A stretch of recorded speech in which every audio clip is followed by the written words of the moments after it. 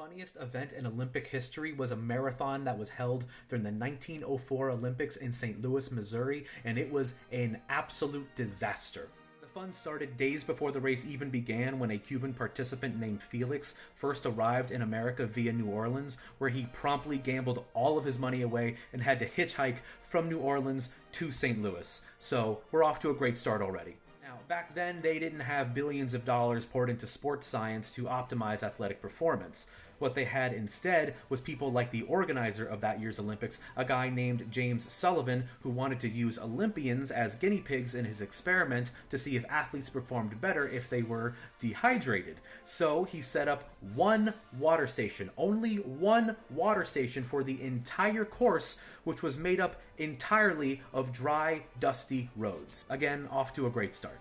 8 miles into the race, a runner named William Garcia inhaled so much dust that it shredded his stomach lining and he almost died on the side of the road. Another guy was choking so bad that he puked and quit the race. A runner from South Africa was chased off the course by wild dogs. This guy. Genius. People were dropping like flies, and yet my Cuban brother Felix was having the time of his life. He was stopping to chat with people on the side of the road. There was a car at one point on the side of the road with some people who had like a box of peaches, and he asked for some of the peaches and they said no. So he stole the peaches and he ran and he was eating them while he was running. And then later on in the race, there was an apple orchard and I guess he was still hungry. So he stole some of the apples and he ate them while he was running. But then it turns out those apples were rotting and he got a tummy ache and he took a nap on the side of the road. God, Felix is wonderful. But he wasn't the only runner to suffer a tummy ache. A few others had stomach cramps. One of them was an American named Fred Lors. Like Felix, Fred took a break on the side of the road, but then hopped in a car and waved at the other racers as he passed by. Hi, bye. So he rejoined the race, crossed the finish line, and the crowd went wild until they were told to be quiet because Fred had actually been disqualified.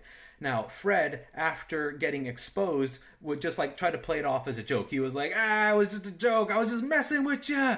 The eventual winner of the race was a guy named Thomas Hicks, and his victory makes sense considering he was one of the few racers who actually had some experience running marathons.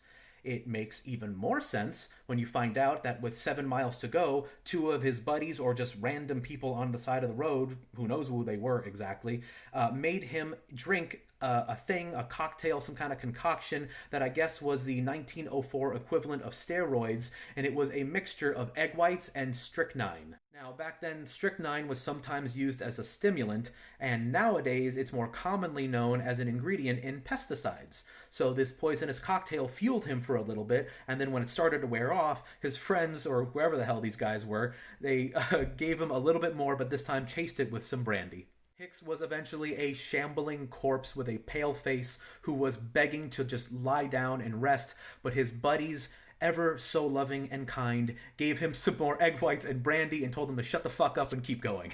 The only reason Hicks crossed the finish line was because his wonderful, wonderful, caring friends carried him across the finish line as he pretended to walk. Meanwhile, Felix finished in 4th place, but he's the winner in my heart.